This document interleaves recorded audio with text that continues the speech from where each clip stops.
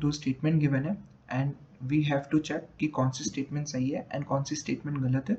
So let's first see statement number 1. It says a savings account at bank A pays 6.2% interest compounded annually. So bank A के अंदर जो interest लग रहा है वो 6.2% लग रहा है विच इज कंपाउंडेड एनुअली, और जो बैंक बी है उसके सेविंग्स अकाउंट में 6% कंपाउंड हो रहा है interest semi annually. So this is semi annually, और फर्स्ट केस में बैंक ए के अंदर एनुअली 6.2% इंटरेस्ट मिल रहा है. Bank B is paying less total interest each year. तो हमको यहाँ पर ये देखना है कि कौन सा बैंक ज़्यादा इंटरेस्ट पे कर रहा है. No, if I would see statement number 1, अगर मैं यहाँ पे देखता हूँ कि अगर मेरा प्रिंसिपल 100 है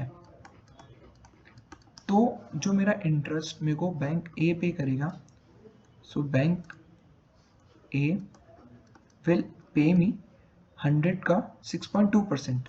सो 100 का 6.2 तो हो जाएगा हमारा simply 6.2, right. Now let's talk about bank B. So now bank B हमको कितना पे करेगा. सो 6% कंपाउंडेड हो रहा है सेमी एनुअली. सो 6% का हाफ कितना होगा 3%. सो 3% आधे साल में मिलेगा, 3% आधे साल में मिलेगा. So after applying successive percentage what we are going to have is 100 multiplied by 3% पहले इंक्रीज होगा which is 103 by 100 increasing multiplying factor multiplied by 103. So this whole is successive percentage. Now this will after solving coming out to be 106.09. और अगर मैं सिर्फ interest देखता हूँ सो ये तो हमारा अमाउंट है, इसमें से अगर मैं प्रिंसिपल माइनस करता हूँ सो मेरा जो इंटरेस्ट आ रहा है वो आ रहा है 6.09. सो यस, ये बैंक बी का जो इंटरेस्ट है वो आ रहा है 6.09 और बैंक ए का इंटरेस्ट आ रहा है 6.2. So hence statement number 1 is correct. Now let's look at statement number 2, which says a sum of money at a certain rate of compound interest doubles in 3 years. तो let's talk about statement number 2 here.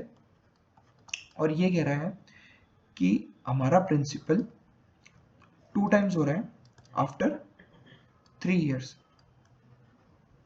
Right. सो 3 साल बाद हमारा जो principal है वो 2p हो रहा है. No, it is saying that in 9 years it will be p times original principal. So after 9 years की बात कर रहा है and still we have 3 years. So let's jump on to 9 years. So 3 years तक हम आए तो 2p हुआ. Now next अगर हम देखें तो next 3 साल बाद में क्या होगा. So after 3 years ये जो 2p था ये अपने आप का डबल हो जाएगा. So this will become 4p. और आफ्टर 3 years अगेन ये जो 4p है ये अपने आप का डबल हो जाएगा. So this will be 8p. So now 3 years plus 3 years plus 3 years, these are what 9 years. So 9 years के बाद में अगर मैं बात करूं तो मेरा जो प्रिंसिपल था which was p originally will become 8p. तो ये अपने आप का 8 टाइम्स होगा. सो p will be, so after 9 years p will 8 times of original, right. but हमसे यहाँ पे क्या बोला गया है कि it will be 9 times of the original p. so this not accepted. Now I will say that statement number 1 is correct, but statement number 2 is false, which is in option C. Hence option C is the correct answer for this question.